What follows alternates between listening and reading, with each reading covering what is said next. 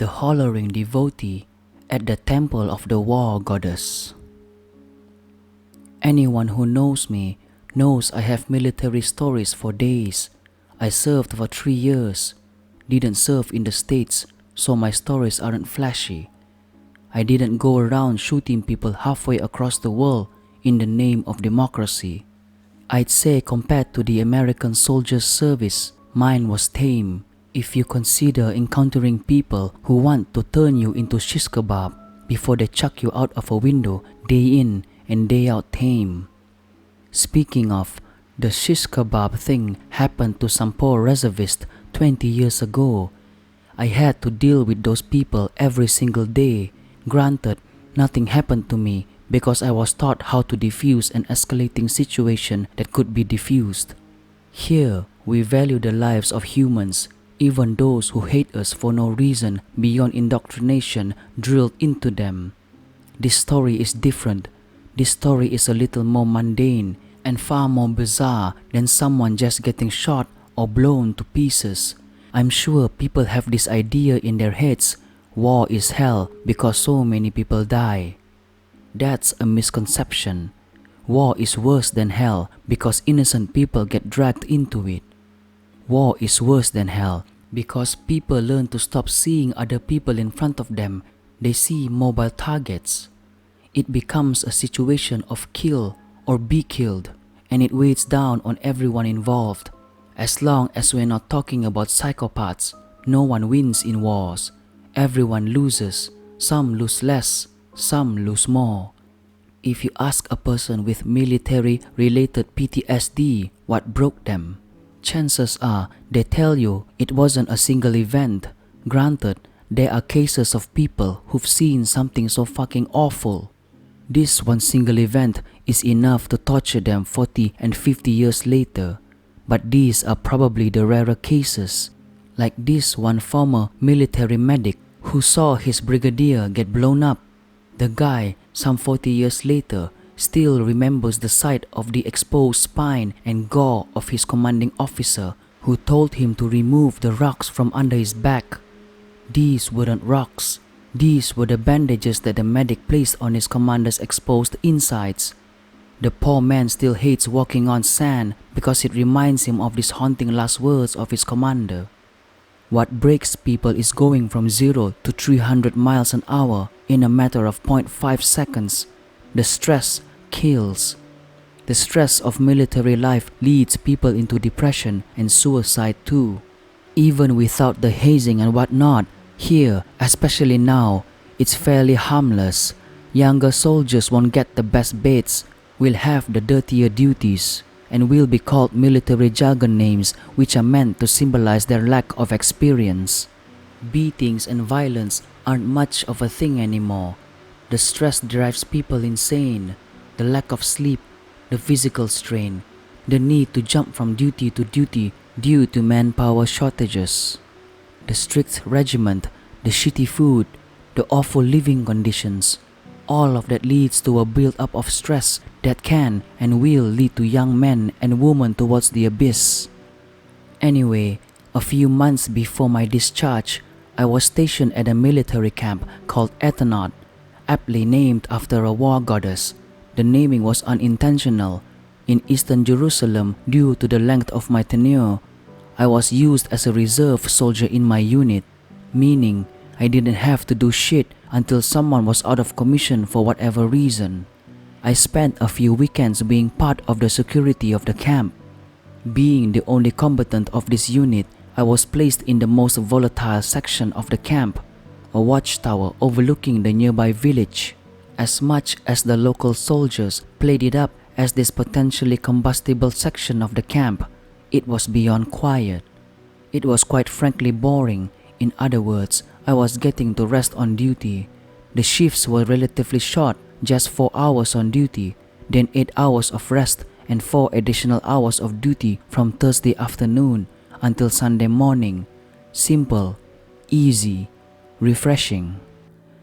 The officer in charge of camp security would pop up every now and again to check on me, and that's about it. I'd spend my hours there doing nothing but kicking my feet up a stool and keeping an eye on the nothing unfolding ahead of me. One weekend, I went sick on duty, feeling a bit under the weather. I got my hands on paracetamol and did my thing. The night shift rolled by and I was driven to my watchtower, which is quite the distance from the barracks. I spent the night doing the usual nothing until at about 1 a.m. I saw someone walking around on the road ahead. Now, someone walking on this road usually wasn't strange. It was a rather sparsely used road, so the populace frequently walked on it. What was strange is that this person was walking around in the dead of night. Nobody seemed to walk there during the nights. The road was mostly empty during the night time. You'd get a few cars to pass by, but that's about it. I looked at that person for a few seconds before noticing that they were walking kind of strangely, pacing only, almost stumbling, swaying side to side. What I noticed to be even stranger is that person was walking in a sort of circle, back and forth, almost like they were unsure of what to do. That's what we'd call a suspicious behavior, so I kept my eyes locked on that strange person, who at first seemed drunk to me. I've already had encounters with drunk people going where they shouldn't. Such a case wouldn't have been surprising. My throat had itched, so I reached down to my bottle and gulped down some water. I took my eyes away from this person for about a second as I drank. Once I returned my gaze back to him, he was sporting a rifle. My brain went from 0 to 300 immediately. The first thing I did was load my gun. At that moment, me missing a very obvious rifle at first didn't even seem like a strange detail. I didn't even think about how odd it was that a rifle suddenly appeared slung over this person's shoulder. As I switched off the safety and readied myself for this bastard to try to charge the fence, contacting command over the radio, I made sure to keep my eyes on them. After some back and forth with the guys in the war room, I was told to start the suspect arrest protocol. That is what we do here when we are trying to arrest someone whom we might suspect as a dangerous individual to civilians or military personnel. You shout at your target to stop, warn it a few times that you will shoot before actually shooting. If they become a clear and immediate danger to you or anyone else, you're free to shoot them to incapacitate. Shoot the legs. If they become a danger to someone's life in that same moment, you're free to shoot at the center of bodily mass. If they stop, you don't shoot them. You just arrest them, using only the necessary force in reaction to their own behavior. I went over the protocol, and this person just ignored me. I couldn't shoot them either, because while they had a rifle, it was just slung over their shoulder. The figure wasn't even looking at me. It was just stumbling around aimlessly. For that reason, I couldn't shoot it. We value life over here unlike other places. Now that's a thing people don't talk about. Not everyone has the guns to commit a murder or become a guerrilla martyr. Maybe people get cold feet once they're faced with the armed forces. The person below just stopped at one point and stood there for a few moments. These few moments seemed to last longer than they actually are. Then the person started walking off to the south. Making sure I kept my eyes locked on this person, I notified command that they were going to the south and I'm keeping a watch over him as they move. I kept myself glued to the silhouette until it disappeared in the darkness of the night. 10 minutes later, an officer arrived in a Hummer and questioned me. I told him about the ordeal in detail and he asked me to stay alert before returning to his Hummer and driving off. The radio went nuts with everyone trying to spot this mysterious figure. The lookouts saw someone moving along the perimeter of the camp. Forces were called in to patrol and, if possible, apprehend the armed individual. I listened to the radio attentively as the situation kept unfolding. I started hearing a strange humming at around 1:30. I assumed it was coming from the radio as our equipment was old and clearly had many issues. The noise kept getting louder and louder until it became irritating. I smacked the radio out of frustration, and a hoarse, almost voiceless, pained scream echoed from beneath me. It came from beneath the watchtower. It was long and shrill, almost like nails digging across a board. My body tensed up and my reason shut down. The brain went on autopilot. There were no questions to ask. Someone was crossing every line they could, and I was going to put a stop to that. I violently opened the door of the watchtower. The scream from below died down. I positioned my rifle in clear view of whoever might have been below me, just in case. Nothing happened. I yelled out, but there was no response. The adrenaline kept on leading the way. I stomped my way down the stairs leading to the top of the tower and looked around, scanning the area as carefully as I could. I was alone. My mind must have been playing tricks on me. My illness and the stress of the previous hour must have been taking their toll. Once I realized I was alone, I started calming down. The flow of adrenaline stopped, and I was starting to feel the usual aches and pains that had been bothering me for the past few months. My head was starting to spin a little.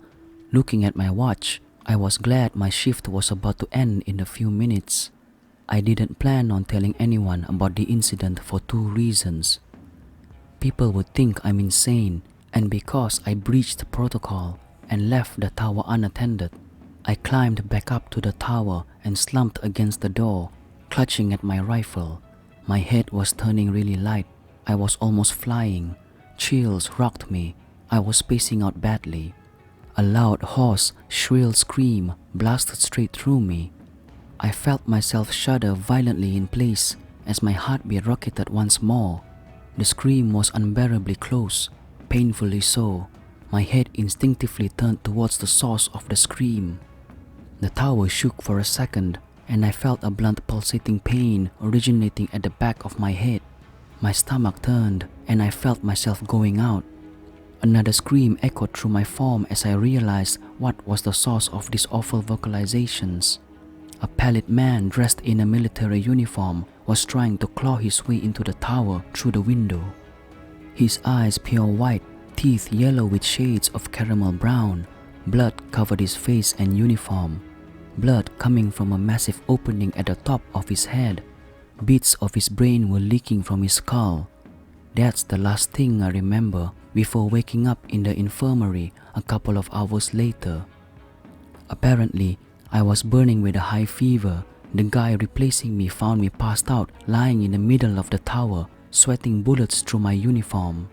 I had the flu and spent the following few days rolling around in bed, not leaving the barracks. I didn't bother telling anyone about the ghastly wailing soldier, assuming it was just a fever hallucination or dream. The rifle-carrying individual wasn't found either. The assumption was that they had been gripped with fear at the last moment and just left because the lookouts had spotted something too. The keyword was something. It was a movement they couldn't really make out. Not that it mattered. I almost forgot about my feverish experience until one guy I was serving with told a local military legend of sorts. Everyone considers this a legend because nobody has the precise details about the events. Just a bullshit story that servicemen tell newcomers about a soldier who had decided to off himself in the same watchtower I was stationed at. Apparently, said soldier decided shooting himself was going to be too loud and he didn't want that kind of attention. So, he opted to off himself by throwing himself through the tower's window. The hair on the back of my head stood when I heard the ending of this legend. Apparently, the suicidal soldier's head hit the legs of the tower before crashing down on the rocks below. This resulted in his skull being cracked open like a watermelon. Someone else chimed in and said his face was contorted into a pained grimace. The guy telling the tale corrected his friend and said they actually found the soldier's body with his mouth twisted into a scream.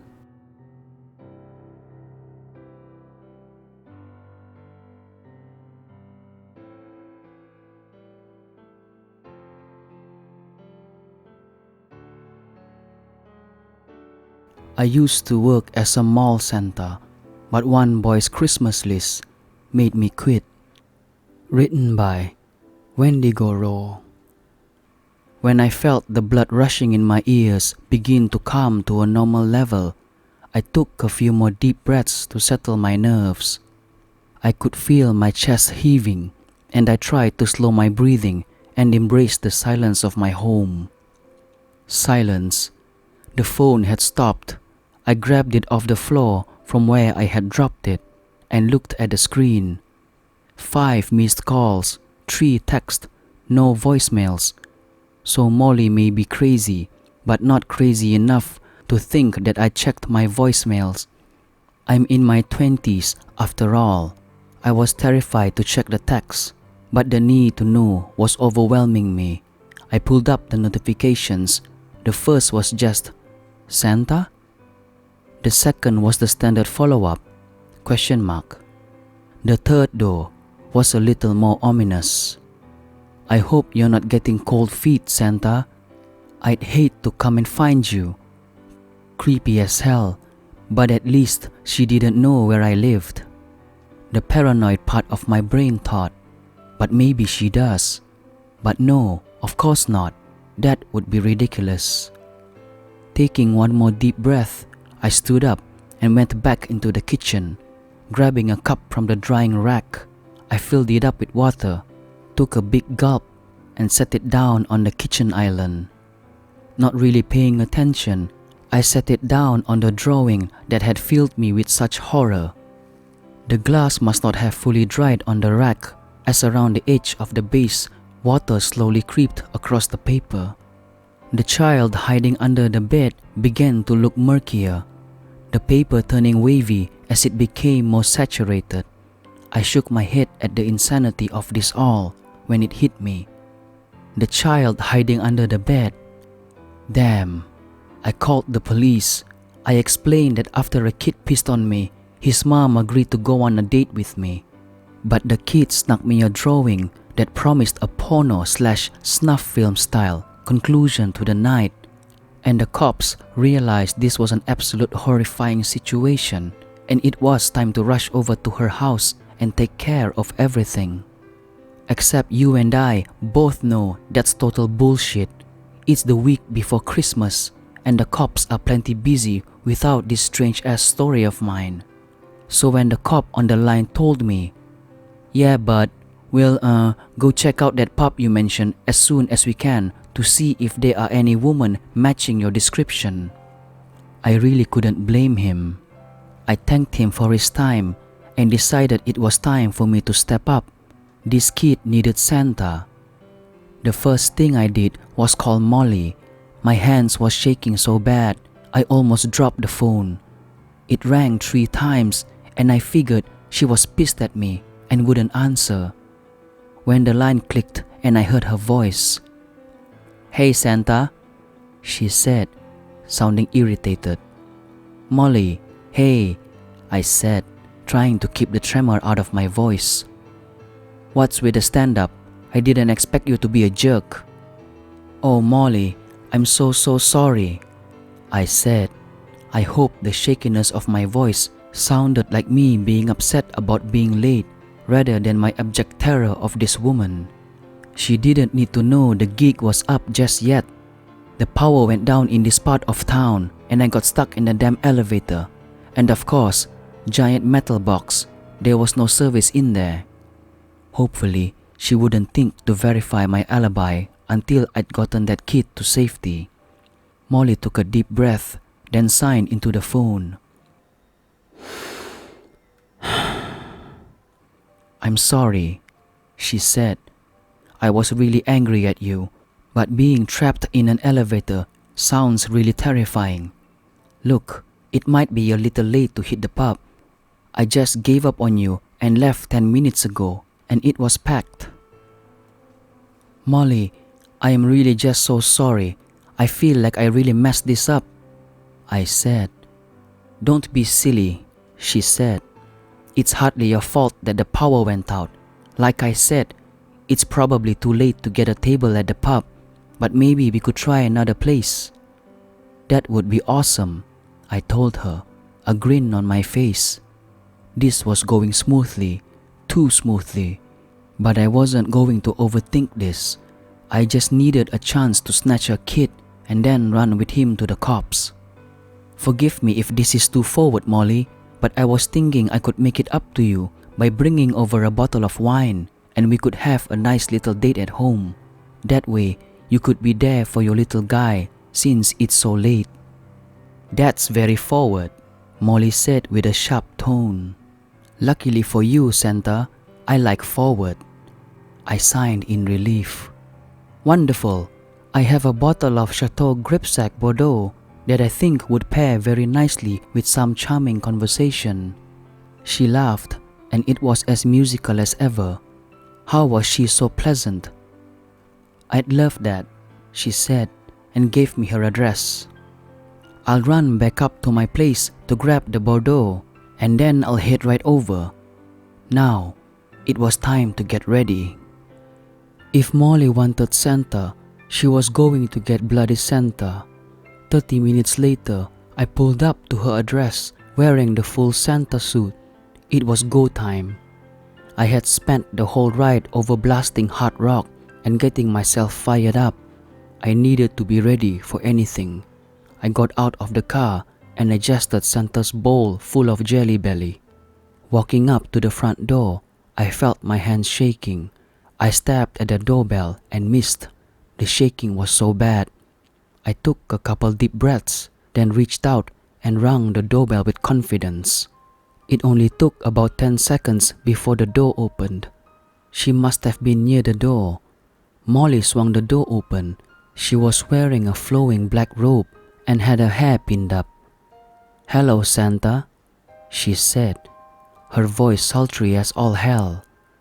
Hi, Molly. I managed to get out.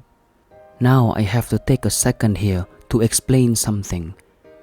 I was terrified of this woman being a closet Santa murderer, but she had gone from cute girl next door at the mall to the smoking hot sex goddess standing right in front of me and looking at me with eyes that seemed to say that she was going to eat me alive and I was going to enjoy every second of it. Seriously, all I had was a crayon drawing. Maybe her kid was just weird. Kids can be weird. So when she grabbed the front of my Santa suit and pulled me inside, my resistance was minimal. I barely even heard her shut and lock the door behind us. All I could think of was the flash of thigh I saw when she moved, and the smell of roses that seemed to float around her like a spring mist. Door closed, Molly turned back around to face me. She slowly stroked the sash that held her robe shut. "Well, Santa," she said, "have I been a good girl this year?" "I sure think so," I told her, watching those fingers slowly loosen the sash. "Oh no," she said. "Let's see what I can do to convince you that I'm naughty." And with that, she pulled the sash apart and let the rope slide off of her shoulders. Holy shit, I managed. "Exactly," Molly said. Then she grabbed the front of my suit, yanked me to her, and kissed me like I have never been kissed before, which is probably why I didn't think anything of her grabbing my wrist until I felt cold metal. The handcuffs clicked into place, my hands secured in front of me. Molly's eyes narrowed and she slammed me against the nearest wall. She pulled out the pin holding her hair up and stuck it to my throat. I could feel exactly how sharp it was. "Do you think I'm stupid?" she snarled, the viciousness changing her voice into something entirely different from what I had heard from her before. "I know you know. The brat must have got a hint to you somehow. But it's too late for you now, you stupid, stupid man. The annual Christmas sacrifice will go on. I will bathe in a fountain of Santa's blood tonight." As she laughed and pressed the pointed tip of the pen title to my neck, only one thing was going through my mind. It's possible I could have handled this better. How was I going to get out of this?